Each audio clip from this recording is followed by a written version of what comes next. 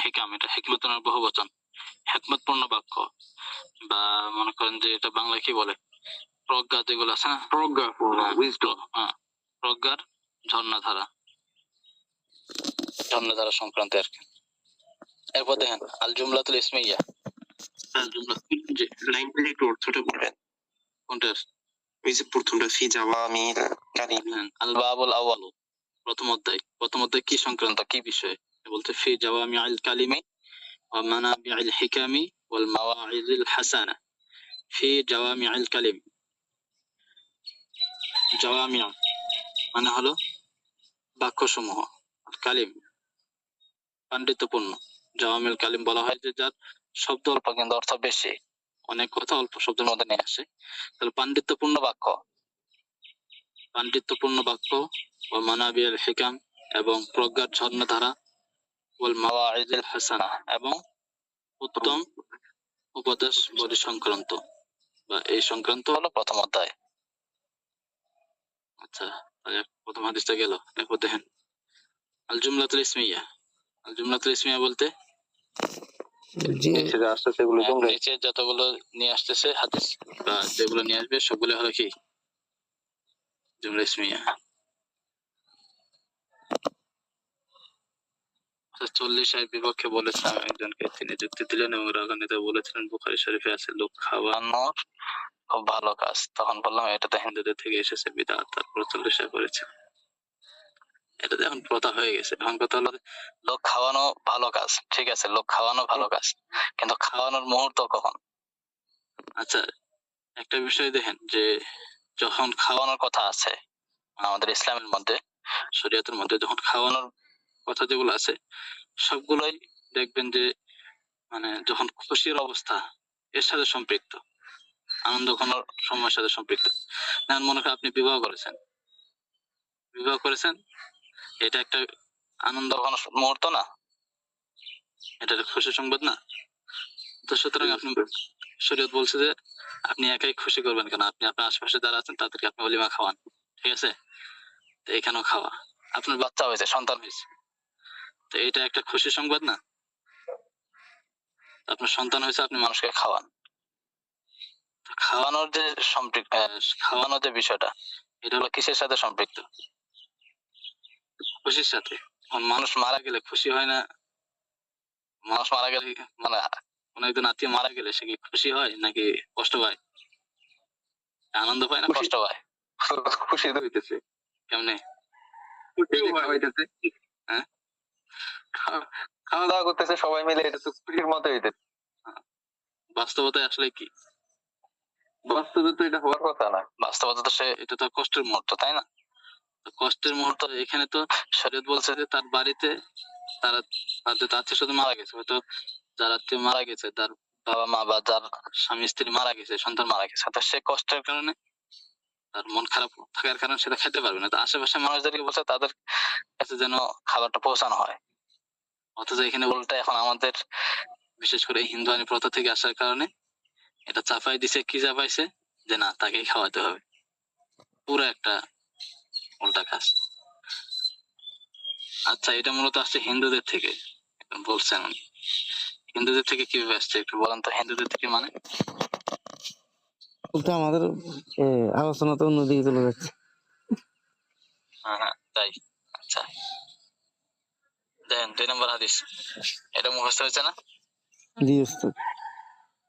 আদ-দীনু আন-নাসিহা, অর্থ বলেন এটা। জি, এইটা একটু বুঝাটা কঠিন। আর দিন নাসিহাতু মনে হচ্ছে এটা মানে মাসুব সিফত টাইপের না, মানে দেখতে মুস্তাসিবাদ মনে হলো, যদি মনে করেন যেহেতু এখানে শেষ হয়ে গেছে বাক্য, ঠিক আছে না? জি জি, সামনে তো আর কিছু নাই, যখন বাক্য শেষ হয়ে গেছে তখন বুঝতে হবে যে এটা মুবতাদা খবর। আচ্ছা। আরেকটা বিষয় হলো যে দিন, এখানে দিনের ব্যাপারে সংবাদ দেওয়া হচ্ছে। দিন কি? দিন হল কল্যাণ কামনা। দিন কল্যাণ কামনার নাম, বা দিন, দিন হলেই কল্যাণ কামনা, দিন হলে কল্যাণ কামনা। তো কল্যাণ কামনা দিন, এরপরে তো আর কিছু নাই। অর্থ দেখে অনেক সবগুলো বিষয় দেখে ইয়া করলে অনেক সময় এটা বুঝে আসে। আচ্ছা, তাহলে দিন হলো কি? কল্যাণ কামনা। কল্যাণ কামনা, লিমান। হ্যাঁ, হাদিসে আরো আছে। হ্যাঁ, কার জন্য, কাদের জন্য? লিল্লাহি ওয়া রাসূলিহি, তারপরে এভাবে কয়টা বিষয় দেন? পাঁচটা না ছয়টা আছে। লিল্লাহি আল্লাহর জন্য, তার রাসূলের জন্য, আল্লাহর কিতাবের জন্য, ওয়ালি কিতাবিহি ওয়ালি কিতাবের কিতাবিহি। জন্য। এরপরে হলো যে মনে করেন যে সাধারণ মানুষদের জন্য, এরপরে যারা ইমামুল মুসলিম। যারা এই যে ইমামুল মুসলিম তাদের জন্য, সবার জন্য। তবে সবার জন্য এক একজনের যে কল্যাণ কামনা করবে, এক একজনের ক্ষেত্রে ভিন্ন ভিন্ন প্রেক্ষাপট, ভিন্ন ভিন্ন। আল্লাহর জন্য কল্যাণ কামনা, আল্লাহর জন্য মানে আল্লাহর প্রতি ভালো ধারণা করা, আকীদা বিশ্বাস ঠিক রাখা, আল্লাহ ভালো এরকম ধারণা। না? আল্লাহ তাআলার যে বিধান সেগুলো মেনে চলা, আল্লাহ তাআলা যেভাবে চলতে বলেছেন সেটা মেনে চলা, এটা হলো আল্লাহর কল্যাণ কামনা। তার কিতাবের মধ্যে যেগুলো আছে সেটা অনুসরণ করা, এটা হলো তার কিতাবের অনুসরণ। এরপরে মনে করেন যে তার রসুল যেভাবে যা যা বলেছেন, যেভাবে চলতে বলেছেন সেভাবে করা, হ্যাঁ রসুল অনুসরণ। এখন মনে করেন যে যারা আমির, এদের জন্য মানে কোন আমির যদি কি করে, উল্টাপাল্টা করে, তাকে শিক্ষা দেওয়া, এবং যদি তারা শরীয়তের ভিতরে থেকে রাষ্ট্র পরিচালনা করতে চায়, তো এই ক্ষেত্রে তাদেরকে সহযোগিতা করা, এগুলো। সাধারণ মানুষদের জন্য, হ্যাঁ সাধারণ মানুষ বলতে সবাই এর অন্তর্ভুক্ত। কাফেররাও আছে, মুসলমানরাও আছে, বেদাতিরা আছে, সবাই, ঠিক আছে, সবার জন্য। কাফেরদের ক্ষেত্রে তাদেরকে যদি হয় যে তাদের ক্ষেত্রে যেভাবে আল্লাহ তাআলা বলেছেন তাদের ক্ষেত্রে কেমন আচরণ হবে, তাদেরকে দাওয়াত দেওয়ার পরে যদি মেনে, তাহলে তো আলহামদুলিল্লাহ। যদি ইসলাম গ্রহণ না করে, তাহলে হয়তো তাদের সাথে কি হবে, যদি ইসলামী রাষ্ট্র থাকে তাদেরকে ট্যাক্সের কথা বলবে, ডিজের কথা বলবে, সেটাও যদি তারা অস্বীকার করলে তাদের সাথে যুদ্ধ হবে। বা কোনো কাফের যদি কোনো মুসলমানদের বিরুদ্ধে ষড়যন্ত্র করে বা কোনো মুসলমানকে কষ্টের মধ্যে রাখে, তার সাথে কি হবে, জিহাদ হবে ইত্যাদি। মানে যেগুলো আছে ইসলামের যতগুলো বিধান, সবগুলোই হলো কি কল্যাণ কামনা। এখন এক্ষেত্রে কোন একজন কাফের সাথে যুদ্ধ করা, জিহাদ করা, এটা হলো তাদের জন্য কল্যাণ কামনা। কারণ এটা আবার কেমন কল্যাণ কামনা? তাদেরকে তো যুদ্ধ করে কি করতেছে, দুনিয়া থেকে বিদায় করে দিচ্ছে, এটা আবার কল্যাণ কামনা কেমনে হয়? জি, তো কেউ কেউ বন্দী হয়ে আসবে, তারা পরবর্তীতে ইসলাম গ্রহণ করবে, আর যারা এটা হলো কল্যাণ কামনা হলো এমন যে, যেমন মনে করেন যে কারো একটা হাত সমস্যা হয়ে গেছে, হাতের সমস্যা, এমন সমস্যা হয়ে গেছে হাত কেটে ফেলে দিতে হবে। হাত কেটে না ফেললে পুরো শরীরটাই কি হয়ে যাবে, সে রোগটা পুরো শরীরের মধ্যে ছড়িয়ে পড়বে। তাহলে এক্ষেত্রে যদি বুদ্ধিমান হয়ে থাকে, যদি বুদ্ধিমান হয়ে থাকে, সে কি করবে, হাতটা রেখে দিবে যে না একটা হাতকে কিভাবে ফেলে দেয়? বা ডাক্তারও কি করবে, মনে হয় এমন একটা অবস্থা হয়ে গেছে হাতের, যে এই হাতটা কেটে ফেলা ছাড়া আর কোনো উপায় নাই, কেটে ফেলে দিতে হবে। তখন এক্ষেত্রে মানুষ করে কি, বা বুদ্ধিমান ব্যক্তি হয়ে থাকলে সে কি করবে, হাতটা রেখে দিবে না হাত কেটে ফেলে দিবে? ফেলে দিবে। অবশ্যই কেটে ফেলে দিবে। না কাটলে তাকে মানুষ আরো কি বলবে, ওই ডাক্তার যদি না কাটে, তাহলে পরে ডাক্তারকে ধরা হবে যে আপনি জানার পরে কাটলেন না কেন, আবার ওই ব্যক্তিটাকে নির্বোধ বলা হবে, ঠিক আছে। তাহলে এটা হলো এমন একটা সমস্যা হয়ে যায়, যে সমস্যার কারণে মানে হাতের এমন সমস্যা হয়েছে যে হাত কেটে না ফেলে দিলে পুরো শরীরটা নষ্ট হয়ে যাবে, তখন ফেলে দিতে হয়। ঠিক ততটা হলো যে মানুষ, কিছু কাফের কখন এমন অবস্থায় চলে যায় যে তাদেরকে দুনিয়া থেকে সরায় না দিলে তাদের কারণে আর হাজারো মানুষ বদ্দিনই হয়ে যাবে। তো এই হাজারো মানুষকে বাঁচানোর জন্য দুই একটাকে কি করতে হয়, ফেলে দিতে হয়। তাহলে এটা হলো মানুষের জন্য কি করা, কল্যাণ কামনা অন্তর্ভুক্ত। জি, আচ্ছা এরপরে হাদিসটা বলে। দিনুন নাসিহা, তারপরে হচ্ছে যে আল ইবাদাতু মুখুল, না আদ-দুআ মুখুল ইবাদাতি, এর আগে আরো আছে আল মাজাজ, না আচ্ছা আচ্ছা, আদ-দুআ মুখুল ইবাদা। আচ্ছা, অর্থ বলেন, দ্রুত বলে চলেন। দোয়া হচ্ছে ইবাদতের মগজ, দোয়া ইবাদতের মগজ, মূল। জি, তার বস্তু। কারণ দোয়ার মাধ্যমে একমাত্র আল্লাহর দিকে কি থাকে, ভরসা থাকে, বান্দা থেকে ভরসা থাকে, বান্দা সুলভ বৈশিষ্ট্য দোয়ার মধ্যে বেশি প্রকাশ পায়। ইবাদত সুলভ বৈশিষ্ট্য, জি হ্যাঁ, বান্দা সুলভ বৈশিষ্ট্য দোয়ার মধ্যে বেশি প্রকাশ। আরেকটা হলো যে, আরেকটা বিষয় খেয়াল রাখতে হবে, সেটা হলো যে যে কোনো সমস্যা আসলে শুধু দোয়া দিয়েই যে মূলত বিষয়গুলো হয়, বিষয়টা এমন না। মূলত হয় সবকিছু আল্লাহ তাআলার রহমত দিয়ে, ঠিক আছে, যে কাজগুলো যেগুলো হয় আল্লাহ তাআলার রহমত দিয়ে। কারণ আল্লাহ তাআলার রহমত আসে কখন, যদি আমরা আল্লাহ তাআলার নির্দেশ অনুযায়ী চলি। রাসূলুল্লাহ সাল্লাল্লাহু আলাইহি ওয়াসাল্লামের এবং সাহাবায়ে কেরামের ওনাদের বিষয়গুলো যদি আমরা খেয়াল করি, তখন একটা বিষয় দেখতে পারবো যে আল্লাহ তাআলার রহমত কখন আসছে। এটা মূলত হলো যে আল্লাহ তাআলার রহমত আসছে, এখানে দুইটা বিষয় লাগবে। একটা হলো যে আসবাব গ্রহণ করা এবং পাশাপাশি এর সফলতা বা আল্লাহ তাআলার কাছে দোয়া করা। শুধু দোয়া, কোন আসবাব গ্রহণ করলাম না, শুধু দোয়া করলাম, বিষয়টা এমন না। রাসূলুল্লাহ সাল্লাল্লাহু আলাইহি ওয়াসাল্লাম বদরের যুদ্ধের সব পরিস্থিতি, যুদ্ধের যা প্রস্তুতি লাগে সব প্রস্তুতি নিয়েছেন, ঠিক আছে। সাহাবায়ে কেরামদেরকে কাতারবন্দি করেছেন, কাফেরদের সামনে দাঁড় করাইছেন। এরপরে উনি উপরে যায় আল্লাহ তাআলার কাছে হাত তুলেছেন। তো উনি তো চাইলে শুরুতেই কি করতে পারতেন, হাত তুলে আল্লাহ কাফের এদেরকে ধ্বংস করে দেন, এটা করতে পারতেন, করেননি। তো সবগুলো বিষয়ের দিকে খেয়াল করলে এটা আসে যে মূলত হয় আল্লাহ তাআলা তিনি তার রহমত দিয়ে আর ফজল করমে তিনি অনেক কিছু করেন। আর আল্লাহ তাআলার রহমত আসে কখন? যখন আসবাব গ্রহণ করে আল্লাহ তাআলার কাছে এর ফলাফলের জন্য আল্লাহ তাআলার কাছে দোয়া চাওয়া হয়। যে আমি এমন না যে আমি একটা কোনো আসবাব গ্রহণ করলাম, আসবাব গ্রহণ করে এর উপরে আমি নির্ভরশীল হয়ে পড়লাম, বিষয়টা এমন না। আসবাব গ্রহণ করব সুন্নাহ হিসাবে, কিন্তু ফলাফল এটা থাকবে কার উপর? আল্লাহ তাআলার উপর। আচ্ছা, এরপরে আল মাজালিসু বিল আমানাতি, এর অর্থ কি? মজলিসের আলোচনা আমানত স্বরূপ। আমানত স্বরূপ, জি। এটা অন্য কাউকে অনুমতি না থাকলে বলা যাবে না। এরপর দেন আল হায়াউ শু'বাতুম মিনাল ঈমান, শু'বাতুম মিনাল ঈমান, জি।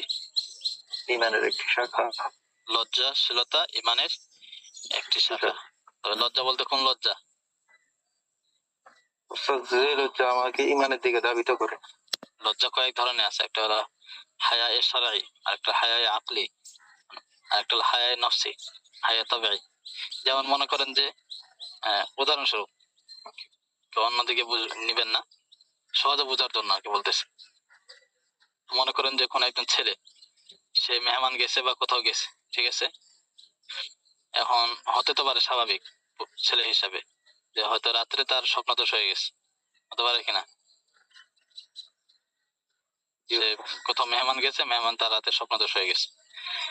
এখন একটা হলো এখানে দুইটা, তার একটা স্বভাবগত যে লজ্জা, স্বভাবগত লজ্জা হলো যে এই কথাটা মেহমান আসছে এখানে কিভাবে বলবে, ঠিক আছে, বলতে তার লজ্জা লাগতেছে। তো এই যে লজ্জা, এটা হলো এক ধরনের লজ্জা, এটা হলো স্বভাবগত লজ্জা বা তার তার মানে নিজের নফসের একটা লজ্জা, ঠিক আছে। কিন্তু শরীয়ত কি বলছে এক্ষেত্রে? শরীয়তের তাগাদা হলো যে না, গোসল করে নামাজ পড়তে হবে, নামাজ ছাড়া যাইতো না, ঠিক আছে। তাহলে এই এই জায়গায় লজ্জা করে গোসল না করে নামাজ না পড়ে ওই অবস্থায় থাকা, এটা কি শরীয়ত এটা চায় তার থেকে? নাকি শরীয়ত চায় যে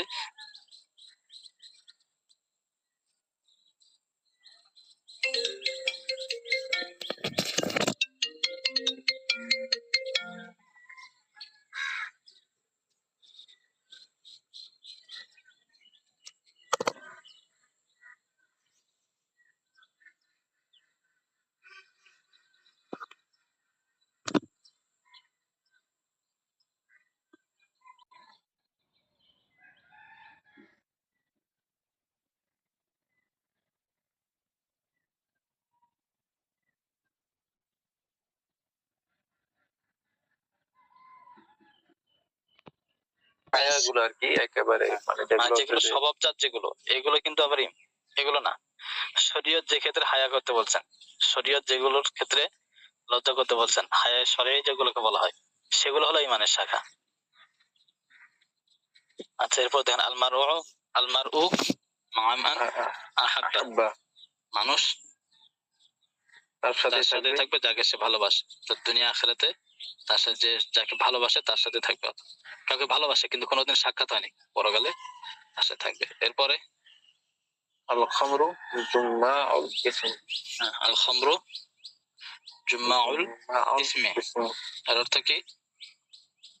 ওটা জুমা না, খামর বা মদ হলো হচ্ছে যে সমস্ত গুনাহের একত্রকে, অর্থাৎ উৎস, মূল। সকল গুনার মূল হলো মদ পান করা। কারণ মদ পান করলে মাথা ঠিক থাকে না, ভালো করতেছে খারাপ করতেছে ঠিক থাকে।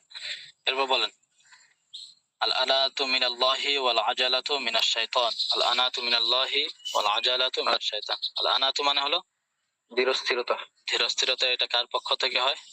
আল্লাহ তাআলার পক্ষ আল্লাহ থেকে। তাআলার পক্ষ থেকে। এবং ওয়াল আজালাতু মিনাশ শাইতান, এবং তাড়াহুড়া হচ্ছে যে শয়তানের পক্ষ হতে। শয়তানের পক্ষ থেকে। যে কোনো কাজের ক্ষেত্রে যে পরিণাম দিকে লক্ষ্য না রেখে বেশি তাড়াহুড়া না করা উচিত। তাহলে আমরা এগুলো করতেছি মানে কি, যে আমরা যে কোনো এগুলো কাজের ক্ষেত্রে আমরা ধীরস্থির চেষ্টা করবো ইনশাআল্লাহ। এরপরে হাদিসটা বলেন, 9 নম্বর কি? ওস্তাদ 9 নম্বর তো পড়িনি, ক্লাস হচ্ছিলাম। মুখস্থ করেন ইনশাআল্লাহ। আচ্ছা দেখেন, আল মুমিনু, আচ্ছা ওস্তাদ এটা পড়েছি, ঠিক আছে। আল মুমিনু গিরুন কারীমুন ওয়াল ফাজিরু খাব্বুন লাঈম। এটা তো মনে নাই। কারীমুন ওয়াল ফাজিরু খাব্বুন লাঈম। মুমিন গিরুন মানে হচ্ছে সাদা সিধা, সহজ সরল সাদা সিধা। কারীমুন মানে দয়ালু, দয়ালু উদার। তাহলে মুমিন কি হয়ে থাকেন? সহজ সরল বা সাদাসিধা এবং দয়ালু হয়ে থাকেন। ওয়াল ফাজিরু, এবং আর পাপাচারী বা পাপাচারী যারা যে পাপী, যে তারা কি হয়ে থাকেন? খাব্বুন খাব্বুন লাঈম। লাঈমুন, খাব্বুন মানে সে কি জানি ওস্তাদ বলছিল, দুশ্চরিত্র এবং হচ্ছে লাঈম নিন্দাকারী নাকি? হ্যাঁ, বখিল, কৃপণ, কৃপণ। নিন্দুক, নিন্দুক হয়ে থাকেন। আচ্ছা এরপরে বলেন, এগুলো তো মুখস্থ করার কথা, সবগুলো মুখস্থ করবেন। ছোট ছোট হাদিস না এগুলা, এত বড় বড় না। এগুলো সবগুলো মুখস্থ করে নেবেন ইনশাআল্লাহ। মুখস্থ করলে নিজেরই ভালো লাগবে। الظلم ظلمة يوم القيامة আর যুলমু যুলুমাতিন يوم القيامة কিয়ামতের দিন কিয়ামতের দিন অন্ধকার হয়ে আসবে। অন্ধকার হয়ে আসবে। যখন ভালো কাজ নেক কাজ করলে এটা আলো হয়ে আসবে, জুলুম করলে অন্ধকার হয়ে আসবে। এরপরে বারিউ বিসালামি বারিউ মিনাল কিবারি। আচ্ছা যে শুরু করে আর কি, সালাম আগে শুরু করে, আগে সালাম যে সে হচ্ছে যে অহংকার হতে মুক্ত। বাদিউ বিসসালামি বারিউ মিনাল কিবরি, বা বারিউ মিনাল কিবারি। কিবার হ্যাঁ, প্রথম সালামকারী সালাম প্রদানকারী অহংকার থেকে অহংকার মুক্ত থেকে মুক্ত মুক্ত। মানে তার ভিতরে অহংকার নাই, এটা হলো একটা তার পরিচয় আর কি, বোঝা যায়। কারণ অহংকার থাকলে তো সে অন্যকে সালাম দিবে না, সে আশায় থাকবে যে আমাকে সালাম দেয় না কেন। আচ্ছা, তবে এটাও হতে হবে কি, মানুষকে দেখানোর জন্য না, আল্লাহর জন্য। এরপরে হ্যাঁ, হ্যাঁ, আর দুনিয়া সিজনুল মুমিনি ওয়া জান্নাতুল কাফিরি। হুম। দুনিয়া হলো মুমিনের জন্য জেলখানার ন্যায়, আর কাফেরের জন্য জান্নাত স্বরূপ। কাফেরের জন্য জান্নাত স্বরূপ। কোন দিক দিয়ে কাফেরদের জন্য জান্নাত আর মুমিনদের জন্য জেলখানা? কেমনে ওস্তাদ মতলব বলে দেখি এটা। এটার মতলব হইলো যে এর মধ্যে লেখা ছিল যে আমাদের একটা আনোয়ারুল মিশকাত, শহরের মিশকাত যেটা ছিল, আচ্ছা, ওর মধ্যে হাসান অথবা হুসাইন রাদিয়াল্লাহু তাআলা আনহু যাচ্ছিলেন। তো কাফের বলছে যে তুমি গোড়ায় চলে যাচ্ছ, তোমরাই তো ভালো আছো, আমি তো মানে কোনোভাবে কষ্ট মষ্ট করে দিন অতিবাহিত করি, তাহলে তো এই হাদিস ঠিক নেই। তখন উনি বললেন যে মানে আমরা আখরাতে যে জান্নাতে থাকবো তার তুলনায় যদি আমি গোড়ায় কেন এর ছেড়ে আরো ভালো কিছুর মধ্যে থাকি, তাও এটা জেলখানা নেয়। আর তুমি যতই কষ্ট করো না কেন সেটা জান্নাতের তুলনায় সেটা আসলে মানে কষ্ট হয় না, বলতে হবে তুমি জান্নাতে আছো। এখানে মূলত যে বিষয় সেটা হলো যে জেলখানা মানে কি, সেখানে যা ইচ্ছা তাই করতে পারে, নাকি নির্দিষ্ট গণ্ডির ভিতরে যেগুলো অনুমতি আছে সেগুলো করতে পারে? অনুমতি যেটা সেটা গণ্ডির মধ্যে আছে। জেলখানার মধ্যে তো যা ইচ্ছা তাই করতে পারে না, সব জায়গায় সে যেতে পারে না, গণ্ডির বাইরে যেতে পারে না, ঠিক আছে না? আর জান্নাতে যা ইচ্ছে তাই তো হ্যাঁ, ঠিক তো ধরো মুমিনদের জন্য দুনিয়া হলো জেলখানা স্বরূপ। জেলখানা স্বরূপ মানে একজন মুমিন সে দুনিয়াতে তার মন মতো চলতে পারবে না, সে যা ইচ্ছা তাই করতে পারবে না, বরং এখানে তার কিছু গণ্ডি আছে, আল্লাহ তাআলার পক্ষ থেকে দেওয়া, শরীয়তের পক্ষ থেকে দেওয়া কিছু গণ্ডি আছে, এই গণ্ডির বাইরে সে যেতে পারবে না। এই জন্য জেলখানা স্বরূপ। আর অপরদিকে কাফেরদের জন্য জান্নাত, মানে জান্নাতে যা ইচ্ছা তাই করতে পারবে। তো এখানেও কাফেররা তারা হালাল হারামে কোনো তোয়াক্কা করে না, তারা যা ইচ্ছা যা মন চায় সেভাবেই তারা কি করে চলে, এই হিসেবে আর কি। আচ্ছা, মনে থাকবে ইনশাল্লাহ। এরপরে দেখেন, এরপরে দ্রুত সময় চলে যাচ্ছে। আসরিওয়াকু মাতফারাতুন মাতফারাতুন লিল ফামি ওয়া মারদাতুল লিল রাব্বি। এগুলো তো মনে হয় আপনাদের দেশে পড়তেছেন, মনে তো হচ্ছে না মুখস্থ হয়েছে। না উস্তাদ, এটা তো প্রথম পড়তেছি এই বইয়ে। প্রথম কেন পড়বেন? এগুলো পড়াইছে না সব? এগুলো সব আমি বুঝতে বাইরে থাকতো। ছিলাম। আচ্ছা। আসওয়াকু মাতহারাতুন লিল ফামি, মিসওয়াক পবিত্র মুখের মুখ, পবিত্রতা। আচ্ছা। ওয়া মারদাতুন আল্লাহ সন্তুষ্ট। আল্লাহর সন্তুষ্টির কারণ। অর্থাৎ মিসওয়াক করলে তো অনেক উপকারিতা আছে। এর মধ্যে সর্বনিম্ন যেটা, এটা মুখের দুর্গন্ধ দূর হয়, মুখ পবিত্র হয়। আর সর্বোচ্চ যেটা, সেটা হলো আল্লাহ তাআলার সন্তুষ্টি অর্জন হয়। এছাড়া আরো অনেক উপকারিতা আছে, প্রায় 70টার মতো উপকারিতা আছে। এরপরে বলে আলিয়াদুল আউলিয়া খায়রুম মিনাল ইয়াদিস সুফলা। আলিয়াদুল উপরের আউলিয়া। হাত, হ্যাঁ, আউলিয়া মানে উপরের হাত, নিচের হাতের থেকে উত্তম। অর্থাৎ দানকারী হচ্ছে যে ওই যে দানশীল হাত, দানকারীদের থেকে, দানকারীদের হাত থেকে উত্তম। জি, মাশাআল্লাহ। এরপরে এরপর হচ্ছে যে আসাদু গীবাত আসাদু মিনাজ জিনা। হ্যাঁ, জিনা। গীবাত এটা জেনা থেকেও মারাত্মক, জেনার থেকেও ভয়ঙ্কর। মারাত্মক। গীবাত করা জেনার থেকেও মারাত্মক ও ভয়ঙ্কর। কেন? অবশ্য যে গীবত করে সেটাকে গুনাহ মনে করে না। ও তো গীবত করতেছে কি বান্দার হক এটা। জি জি, মাশাআল্লাহ। ওই গীবত কারণে হলো বান্দার সাথে সম্পৃক্ত। তো ওই বান্দা ক্ষমা না করলে তো কি হবে না, মাফ হবে। আল্লাহ তাআলা ক্ষমা করবেন না। আর জেনা, যেটা তো আল্লাহ মাফ এটা আল্লাহর হক কিছু নষ্ট করছে, হ্যাঁ, আল্লাহ তাআলা মাফ করে দিতে পারে বা জানার শাস্তি হয়ে যাবে, কিন্তু গীবতের ক্ষেত্রে এটা বান্দার সাথে সম্পৃক্ত। এরপরে আত-তুহুরু শাতরুল ঈমান, পবিত্রতা ঈমানের অঙ্গ। পবিত্রতাও ঈমানের অঙ্গ। আচ্ছা, কারণ যত ইবাদত সাধারণত পবিত্র অবস্থায় করতে হয়, পবিত্র অবস্থা ছাড়া তো ইবাদত করা যায় না। আর ইবাদত তো এটা হলো ঈমানের অঙ্গ, সেই হিসাবে পবিত্রতা ঈমানের অঙ্গ। আচ্ছা, এরপরে আমাদের উস্তাদ এটা তর্জমা করেছিলেন যে পবিত্রতা ইমানের অর্ধেক। অর্ধেক বলছেন না, নিষ্ফুল শব্দে আসেনি। অর্ধেক তো হওয়ার অর্থাৎ কিভাবে যে করলেন? সাতরুন শব্দের অর্থ অঙ্গ, অংশ বা অর্ধেক, এগুলো দুইটাই হয়। ছাত্র শব্দের অর্থ এগুলো হয় সাধারণত, অংশ হয়, অর্ধেক হয়, দিক হয়, অঙ্গ হয়, বিভিন্ন ইয়েগুলো হয়। এটাও হতে পারে, সাধারণত এভাবে তোরা করা হয় কিনা যে বলতে পারেন, অর্ধেকও বলতে পারেন, সমস্যা নেই। জি, এরপরে আল কোরআন হুজ্জাতুন লাকা আও আলাইকা। বলেন। কোরআন তোমার বিপক্ষে না পক্ষে সাক্ষী দিবে। এটা হুজ্জাতুন লাকা মানে কি? হুজ্জাতুন মানে হচ্ছে দলিল, সাক্ষী বা প্রমাণ। লাকা তোমার জন্য, তোমার পক্ষে অথবা তোমার বিরুদ্ধে দলিল হবে, এটা বুঝাচ্ছে। বিরুদ্ধে বলতে কোনটার অর্থ? তোমার বিরুদ্ধে। আলাইকা মানে তোমার বিপক্ষে আর কি। আচ্ছা আচ্ছা, জি। কোরআন তোমার সপক্ষে কিংবা তোমার বিপক্ষে বিপক্ষে সাক্ষী হবে। কখন? পরকালে। পক্ষে কখন সাক্ষী হবে আর বিপক্ষে কখন হবে? কোরআন সে পড়াশোনা করেছে এবং যদি চলে থাকে তাহলে সপক্ষে হবে। আল্লাহ যদি না পড়ে, চলে, হ্যাঁ, পরে যদি না পড়ে হালাল হারামে কোনো তোয়াক্কা করে না, কিছুই করে না, সেক্ষেত্রে দলিল হবে আর তার বিরুদ্ধে। আর যদি না পড়ে থাকে তাহলে তার বিরুদ্ধে দলিল হবে। মানে পড়েও নেয়, আমলও করে নেয়। একটা আয়াতে আছে না যে আল্লাহ তাআলা বলছেন রাসূলুল্লাহ সাল্লাল্লাহু আলাইহি ওয়াসাল্লাম কিয়ামতের দিন একটা অবস্থা হবে যে রাসূলুল্লাহ সাল্লাল্লাহু আলাইহি ওয়াসাল্লাম উম্মতের বিরুদ্ধে একটা নালিশ করবেন। কি নালিশ করবে?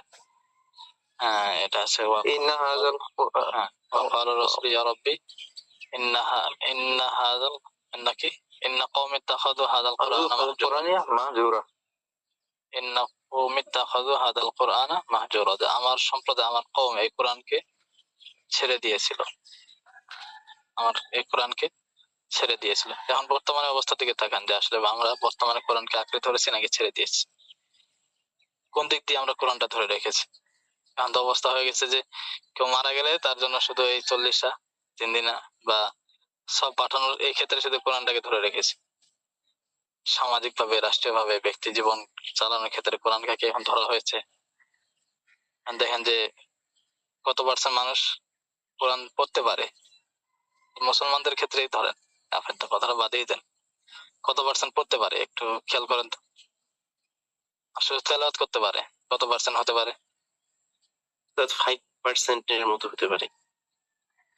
আচ্ছা ধরলাম 5%, যারা কোরআন তেলাওয়াত করতে পারে, বা আরো ধরলাম 10% ধরলাম মুসলমানদের মধ্যে। জি, হাজ্জাজ বিন ইউসুফ যদি ওইগুলো না বসাইতো তাহলে তো উস্তাদ মনে হয় ওই 1% হইতো কিনা তাও সন্দেহ। আচ্ছা আচ্ছা ধরলাম বর্তমান 10%। এই 10%-এর মধ্যে অর্থ জানে কত পার্সেন্ট আছে? যারা এক- কোরআন পড়তে পারে, তেলাওয়াত করতে পারে, এদের মধ্যে অর্থ সহ জানে, অর্থও পারে, এমন কতজন, কত পার্সেন্ট হতে পারে? 1% পারে। উস্তাদ যারা মাদ্রাসা থেকে পড়ছে তারা ব্যতীত তো কেউই পারে না। মাদ্রাসায় তো অর্ধেক জানে। কি বলছেন, তারা মাদ্রাসায় পড়ছে এরাও পারে নাকি সব? এত তারা হাদিস পাস করছে, তারা হতে পারে। কি দাওরা হাদিস পাস করছে? দাওরা হাদিস পাস করলে পারে? কতজন আছে? হাদিস পড়লো কেমনি?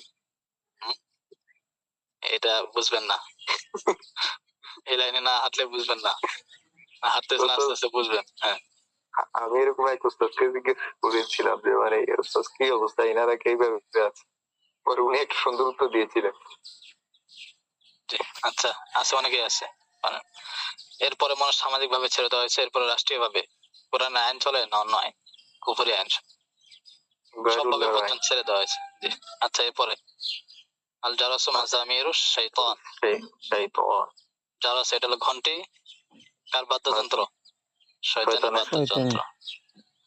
আর নিসাউ হাবাইলুশ শাইতান, নারী জাতি শয়তানের ফাঁদ, শয়তানের রশি বা শয়তানের জাল। মানে এটা হলো কি, মানুষ শয়তান যখন মানুষকে, কোনো পুরুষকে পথভ্রষ্ট করতে পারে না, তখন সে নারীকে সামনে নিয়ে আসে, নারীর মাধ্যমে একজন পুরুষকে কি করা, শয়তানের দলে নিয়ে যাওয়া সহজ। এরপর দেখেন আত-তাইমুশ শাকিরু কাস-সাইমিস সাবিরি, শুকর গুজার কি আহারকারী আহারকারী কার থেকে উত্তম, মানে কার মতো? কাস-সাইমিস সাবির, ধৈর্যশীল রোজাদারের ন্যায়। জি, তারা কৃতজ্ঞ ভক্ষণকারী ধৈর্যশীলতার মতো, তার সেও শুকর করার কারণ কি হচ্ছে, সব পাচ্ছে। এরপর দেখেন আল ইকতিসাদু ফিন নাফাকাতি নিসফুল মাঈশাতি। আল ইকতিসাদু ফিন নাফাকাতি নিসফুল মাঈশাতি। আল ইকতিসাদ মানে হলো মধ্যম পন্থা। আল ইকতিসাদ এটা বাব ইফতিআলের মাসদার, এর অর্থ কি? মধ্যম পন্থা অবলম্বন করা। ফিন নাফাকাতি, নাফাকাতুন এর বহুবচন হলো নাফাকাতুন। এখানে দান সদকা মানে খরচ করা, নিজের ব্যক্তিগত প্রয়োজনে বা যে কোনো খরচ করা। তো খরচ করার ক্ষেত্রে মধ্যম পন্থা অবলম্বন করা, হ্যাঁ, এটাকে এক কথায় কি বলে? মিতব্যয়িতা। মিতব্যয়িতা নিসফুল মাঈশাতি, নিসফুন এর অর্থ হলো অর্ধেক, এর বহুবচন আনসাফুন। মাঈশাতুন এটা বাবে দরবায়াতুল মাসদার, মাঈশাতুন এর অর্থ হলো জীবিকা, মাঈশাতুন মানে জীবিকা। তাহলে অর্থ কি দাঁড়াচ্ছে? আল ইকতিসাদু ফিন নাফাকাতি নিসফুল মাঈশাতি। আল ইকতিসাদু ফিন নাফাকাতি মিতব্যয়িতা জীবিকার অর্ধেক, মিতব্যয়িতা জীবিকার অর্ধেক। মানে মিতব্যয়িতা এখানে এমনও না যে তার সম্পদের সে অপচয় করতেছে। এখন মিতব্যয়িতা অর্ধেক হলো কেন? তার কারণ হলো যে যদি কেউ অপচয় করে থাকে, ঠিক আছে, তো যখন অপচয় করবে, অপচয় করলে তার মালের বরকত থাকবে না, সম্পদের বরকত থাকবে না। তো দেখা যাবে যে হয়তো সে খরচ করতেছে অনেক, কিন্তু বরকত না থাকার কারণে সে দ্রুত কি হয়ে যাবে, আবার গরিব হয়ে যাবে। আরেকটা হলো যে হ্যাঁ, ওই যে ওয়ালাম ইয়াকতুরু ওয়া কানা বাইনা যালিকা কাওয়ামা। হ্যাঁ, এই বিষয়ে আছে যে মুমিনদের গুণাবলী সংক্রান্ত একটা আয়াত আছে, যে এরা হলো যে কাদের বিষয়? ওয়াল্লাযিনা ইযা আনফাকু লাম ইউসরিফু ওয়া লাম ইয়াকতুরু। হ্যাঁ, যে তারা হলো যখন তারা খরচ করে, ব্যয় করে, তো অপচয় করে না, আবার কি করে না, কৃপণতা করে না। আবার আরেকটা হলো যদি কৃপণতা করা, কৃপণতা করলে সম্পদ আছে কিন্তু কৃপণতা করতেছে, তাহলে এক্ষেত্রে সে নিজে ব্যক্তিগত ভাবে কি পায়, কষ্ট পায়, কষ্টের মধ্যে থাকে না। তো এই জন্য বলছে যে দুইয়ের মাঝে মিতব্যয়ী যেটা, এটাই হলো জীবিকার অর্ধেক। অর্থাৎ জীবনে শান্তি মতো থাকার ক্ষেত্রে, শান্তি মতো জীবনযাপন করার ক্ষেত্রে অর্ধেক হলো কোনটা? মিতব্যয়িতাই। বুঝতে পারলাম? জি, আল ইকতিসাদু ফিন নাফাকাতি নিসফুল মাঈশাতি, মিতব্যয়িতা জীবিকার অর্ধেক। ওয়াত তাওয়াদ্দুদু ইলান নাসি নিসফুল আকলি, ওয়াত তাওয়াদ্দুদু ইলান নাসি নিসফুল আকলি। মানুষ হতে এটা মূলত দুইটা একটাই হাদিস, তো এখানে দুইটা নিয়ে আসছে। আচ্ছা যাই হোক, ওয়াত তাওয়াদ্দুদু এটা হলো বাবে তাফাউলের মাসদার, উদ্দুন মাদ্দা থেকে। তাওয়াদ্দুদ মানে হলো ভালোবাসা। তাওয়াদ্দুদ মানে কি? ভালোবাসা। ভালোবাসা। ইলান নাস, মানুষের প্রতি ভালোবাসা। নিসফুল আকলি, নিসফুল আকলের নাসের অর্ধেক। বহুবচন কি? উনাসি। নিসফুল মানে অর্ধেক, আল আকল। অকলুন বহুবচন, আকলুন মানে হলো আকল। আকলের অর্ধেক, জ্ঞানের অর্ধেক কি? মানুষের প্রতি ভালোবাসা। মানুষের প্রতি ভালোবাসা এটা হলো জ্ঞানের অর্ধেক। মানুষের প্রতি ভালোবাসা জ্ঞানের অর্ধেক। অর্ধেক। কিভাবে জ্ঞানের অর্ধেক হচ্ছে? তার কারণ হলো, তো কারণ একজন মানুষ সে সব বিষয়ে সে জ্ঞানের দিক দিয়ে সে সম্পূর্ণ না, তার মধ্যে কিছুটা অসম্পূর্ণ থাকে। তো যখন সে মানুষের সাথে ভালোবাসা রাখবে, বিশেষ করে মুমিনদের সাথে ভালোবাসা রাখবে, তো ভালোবাসা রাখবে অর্ধেক জ্ঞান ওখান থেকে চলে তাদের, আসে। তাদের সাথে যখন ওঠা বসা করবে, তখন তাদের সাথেও কি হবে, ওইখান থেকে তাদেরকে প্রশ্ন করে অনেকগুলো বিষয় সে জানতে পারবে। অনেক সুন্দর। ওয়াত্তাওয়াদ্দুদ ইলান নাসি নিসফুল আকলি, মানুষের প্রতি ভালোবাসা এটা আকলের ওই জ্ঞানের অর্ধেক। আত্তাইবু মিনাজ যামবি কামান লা যামবা লাহু। আত্তাইবু মিনাজ যামবি কামান লা যামবা লাহু। এর অর্থ কি?